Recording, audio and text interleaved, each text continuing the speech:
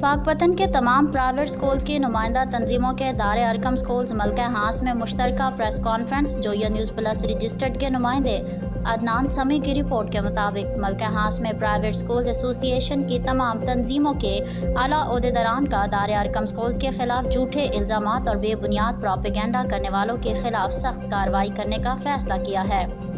लिहाजा ऐसे तमाम नाम निहाद सहाफ़ी जो बगैर तहकीक के स्कूल्स के खिलाफ झूठी, मन घड़त और ब्लैक मेलिंग पर मबनी खबरें लगाते हैं, उनका प्राइवेट स्कूल्स की तकरीबात में मुकम्मल बाइकआउट किया जाएगा। आइंदा किसी भी प्राइवेट स्कूल के खिलाफ बेबुनियाद और हक़ाइक़ के बरक्स प्रोपेगेंडा किया गया तो तमाम तंजीमें मुश्तरका प्लेटफॉर्म से इसका कानूनी तरीके से भरपूर जवाब देंगी।